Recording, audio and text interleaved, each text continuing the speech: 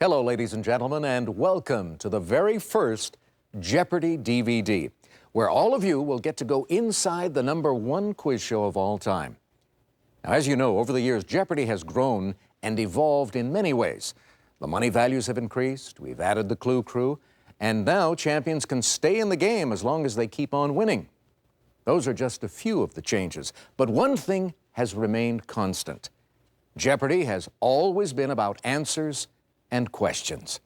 So let's take a look back at this show that has spanned more than 20 years. I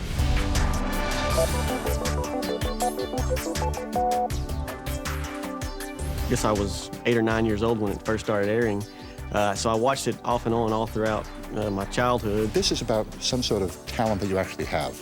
It's a strange talent of remembering weird things, but it's a talent all the same. I think maybe one of the reasons it does well, though, is because it has become sort of a gauge, however right or wrong, of how smart people are. It really draws you in like that, and it's a great thing. I don't know how it all came together, but it really works. People like to know things that their friends don't know, so Jeopardy is a great way to do that, and they present it in a fun way. It's the classic quiz show, and everybody wants to test their knowledge against smart people, and the contestant coordinators do a great job of getting smart people to come up, and people at home can play against them. So that's, I think that's the key to Jeopardy's longevity.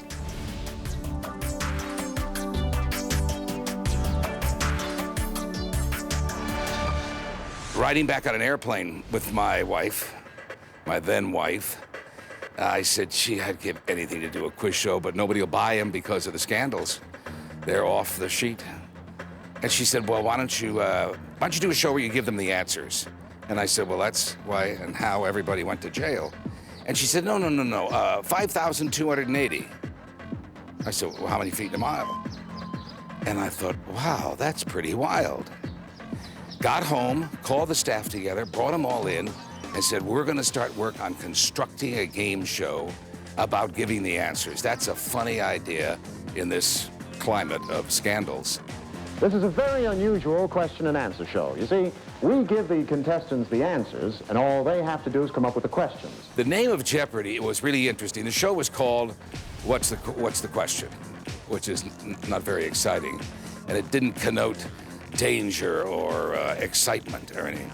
I was sitting in an office with two of the daytime executives of the network, and they kept saying, I'm over the last run through. The problem with the show is there's no Jeopardies in it. You know, it's not, it doesn't get you on the edge of your chair when the contestants are playing it.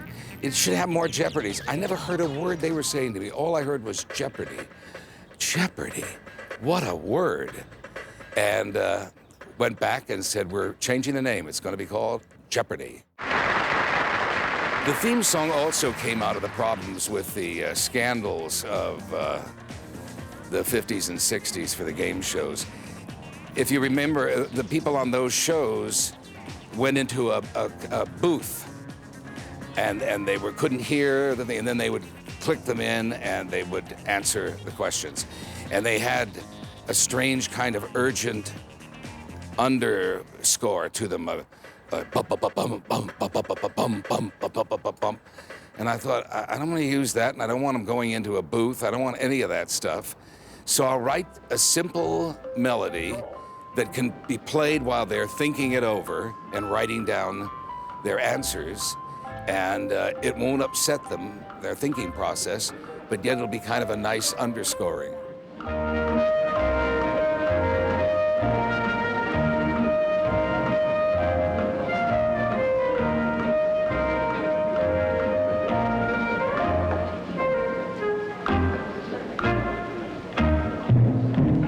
The first MC, the first 11 years around, was Art Fleming.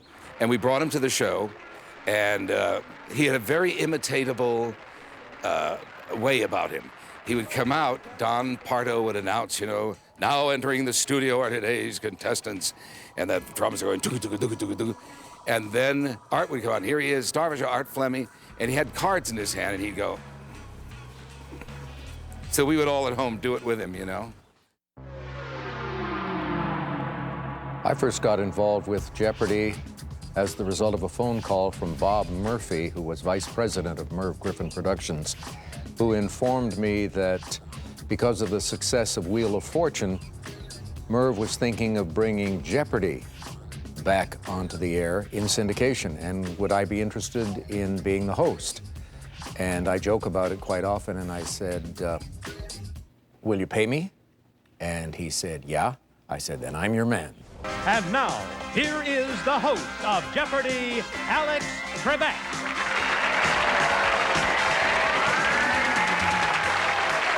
Thank you very much, ladies and gentlemen. On behalf of all of us, welcome to America's favorite answer and question game, Jeopardy. We had an initial meeting at which time they informed me how much they were going to pay me, and I said, ooh, that's not very much. How would it be if I produced the show also? What would you pay me for doing both jobs? And they told me, and I said, all right, I'll do that. So then we had more production meetings as to how we wanted to format the program, how we wanted the set to look, what changes we wanted to make to the original version that aired in the 1960s and early 1970s. And it just grew, and I was the producer for the first 3 years. And now, here is the host of Jeopardy, Alex Trebek. I had been doing a couple of other game shows, and when this show decided to go back in, or he decided to put it back into production, and he hired Alex as the host and as the producer, as a matter of fact, at that time. I did not hire Johnny Gilbert. I approved of his hiring, but Merv and Bob Murphy hired Johnny. When they started looking for an announcer, I was submitted to them. I had known Alex, and I had known Merv. So I guess it was based on that they decided to go with me. I can't recall one cross word between us. We get along very, very nicely. When I walk out and see the audience, I can usually tell whether they are a good audience or what I need to say to them to get them interested in being a good audience for our show. All of that, I think, came from working in clubs and being over the years. So it's fun for me. Mr. Harry Friedman. Harry, would you talk to these folks for a moment? Getting slimmer by the day. By the day. Thank you. I had nothing to do with finding Harry. I can't even remember how the powers that be discovered Harry. But he has been a blessing for our program. He's very imaginative. He has a good sense of humor. He is creative in terms of bringing new technology to the program. It has been a great pleasure working with him. He's easygoing, easy to get along with, and he respects my point of view. If I have a problem with something, he will listen, and then he'll do exactly what he wants. No, he will take my comments to heart, and we will arrive at a solution that is good for both of us. I got involved with Jeopardy about 2 years after becoming producer of Wheel of Fortune, which was in 1995. And the company came to me, and they seemed to think that I was doing a pretty good job with Wheel, sort of reinvigorating the show. And they said, would you like to produce Jeopardy as well? Do you think you can do both? And pretty much before the question was completed, I jumped to the opportunity and said, absolutely, I'd love to do it. Though Jeopardy has always been a game of answers and questions, it has reached many milestones throughout its 21 years. Let's take a closer look at some of the many changes that have taken place throughout the various years that have kept Jeopardy exciting and fresh. At the very beginning, all of our material was on wide IBM sheets that had to be printed out. Now we have access to all the computers, of course, and we don't have to do that. We just key in a keyword, and boom, the clue comes up. In the old days, we had that, oh gosh, was it on page 623? Yeah, okay. And go through it that way in order to see if we had maybe used similar material in the past. And we had a small writing staff and only one person on research at the beginning, and then we added a second person. We occupied maybe, I don't know, 1,000 square feet of office space in Hollywood. And now we have grown to a staff of 40 or 50 people who do nothing but work to make the show better. And we have grown with the times, we have grown with the technology, and we are a far cry from what we were at the beginning. When Jeopardy returned to the air in 1984 with new host Alex Trebek at the helm, it was an immediate hit with fans of the original show, as well as a whole new generation of viewers. The following season brought the first major change in gameplay. Up until that time, contestants could ring in at any time while Alex was reading a clue, if they thought they knew the response. The change, which forced contestants to wait until after the clue was read, brought a whole new twist to gameplay and made it a lot more fun for viewers at home to play along. In 1986, Jeopardy became one of the first game shows ever to offer closed captioning for hearing-impaired viewers. 1987 marked the first teen tournament. Since then, the teen tournament has gone on to provide us with some of our most memorable contestants, like Eric Newhouse. A junior from Sioux City, Iowa, Eric Newhouse. In '87, they did the first teen tournament, which was won by Michael Galvin. And I saw that, by then I was 13 or 14. I thought, maybe somebody my age can do that. So, I sent in the requisite number of postcards, got completely shut down, did it again the next year, and then they invited me out to a search in Omaha in the winter of '88. And as a direct result of that, I ended up doing the third teen tournament in February of '89. I definitely remember Eric Newhouse, our teen champion in that period, because he had a little attitude about him. Physically or mentally? Oh, younger, but not by much. Why do I get the feeling, ladies and gentlemen, that every time I talk to Eric, he is putting me on? He was off-putting in some ways, but likable and lovable in many other ways, and he was extremely bright. By December of 1988, Jeopardy reached its 1,000th episode. Quite an accomplishment by anyone's standards. 1,000 episodes worked out to nearly 13,000 categories and more than 60,000 clues.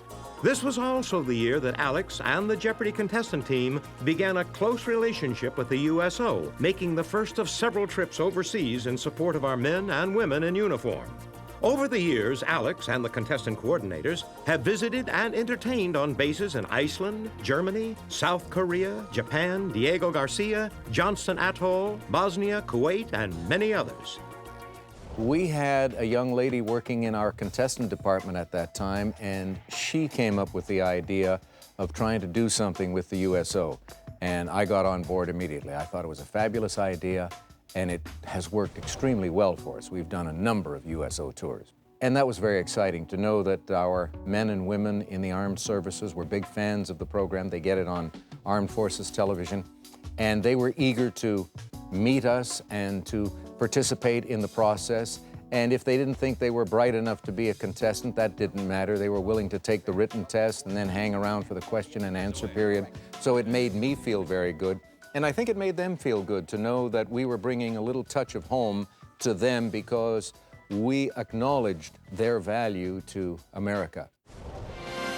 As we moved into the early 1990s, Jeopardy boasted a brand new state-of-the-art set. Celebrating 10 years on the air in 1994, Jeopardy continued to look for new ways to keep the show fresh and timely, and became an official Olympic sponsor in 1996.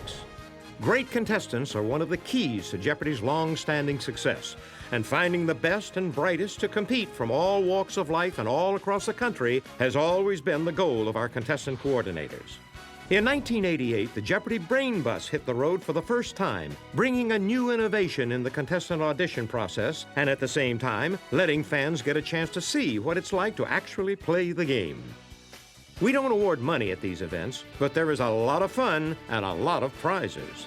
In 1999, contestant Eddie Tamanis touched the hearts of the entire nation when he proved that blindness would not prevent him from winning 5 consecutive and memorable games. And in 2000, Jeopardy brought players together from around the world once again to compete in the 3rd international tournament taped in Las Vegas, Nevada. From Las Vegas, contestants from all over the world have gathered to compete in the Jeopardy International Championship.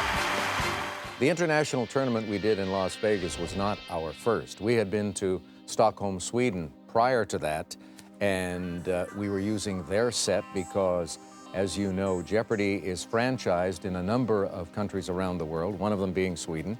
And we got a great reception there, and we had contestants from all over the world who were competing for their countries, if you will. And that was exciting for us because it took us out of our studios here in California and took us to a beautiful capital city, and we had a great time, and some good shows came out of that. As Alex mentioned, by the year 2000, Jeopardy could be seen in such far-reaching countries as Russia, Estonia, Poland, and Croatia. proving the thirst for knowledge and the thrill of competition is shared equally by cultures around the globe.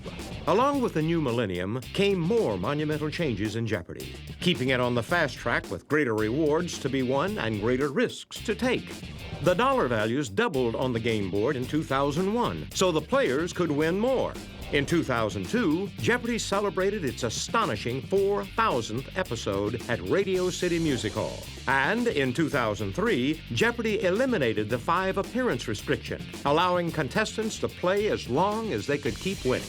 I think the dollar change that occurred in season 18 was long overdue. Inflation, of course, keeps building and building from year to year, and the amount of money won by contestants prior to that time did not seem all that significant, particularly when you consider that Who Wants to win $1 million on this show, Who Wants to pick up a lot of change on that one came about.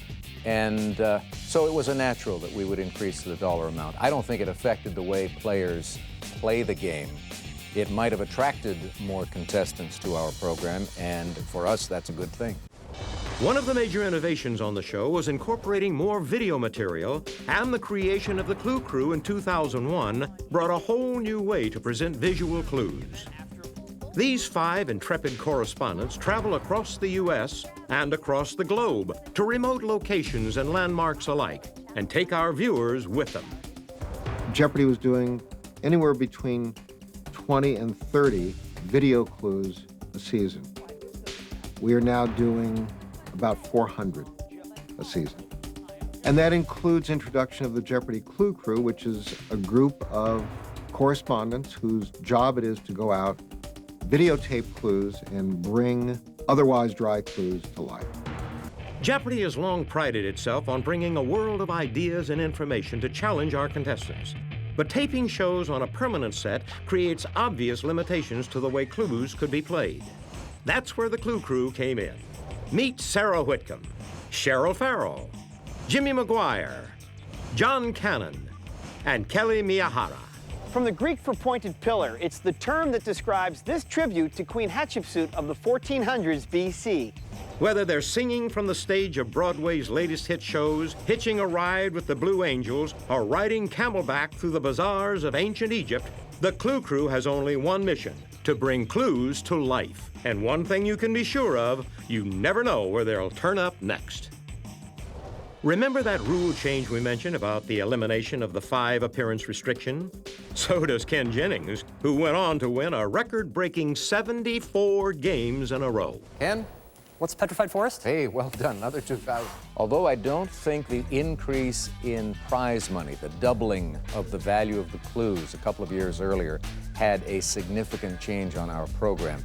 The change of allowing contestants to continue as champions as long as they won and no longer be limited by the 5-time rule had an immense impact on our show and on its popularity. Among other things, it produced Ken Jennings. Ken Jennings, who wound up winning over 70 programs, $2.5 million. His name became as familiar as anyone else's in America. In the past, they'd see a champion in his 5th day and say, well, we'll see 3 new players tomorrow, no matter what happens. But no, now you don't know. Holy smokes, this one's on for 15 days. This one's on for 20 days.